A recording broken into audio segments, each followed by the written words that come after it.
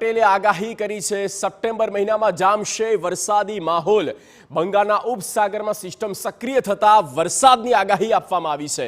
રાજ્યમાં સિસ્ટમ સક્રિય થઈ છે અને તેના કારણે પંચમહાલ, દાહોદ, લીમખેડા, ગોધરામાં વરસાદની શક્યતા।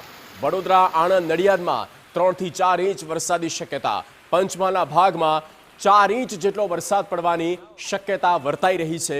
દાંતા અને બનાસકાંઠાના ભાગમાં પણ વરસાદી ઝાપટા પડશે। અંબાજીના ડુંગરમાં ભાગમાં હળવા વરસાદી ઝાપટા થશે। પાટણ, અમદાવાદ, ગાંધીનગરમાં પણ વરસાદની આગાહી આપવામાં આવી છે। સૌરાષ્ટ્રના અનેક ભાગોમાં કાલથી હળવા વરસાદની આગાહી આપવામાં આવી છે। ગુજરાતના ભાગોમાં ભારેથી અતિ ભારે વરસાદની શક્યતા વ્યક્ત કરવામાં આવી છે।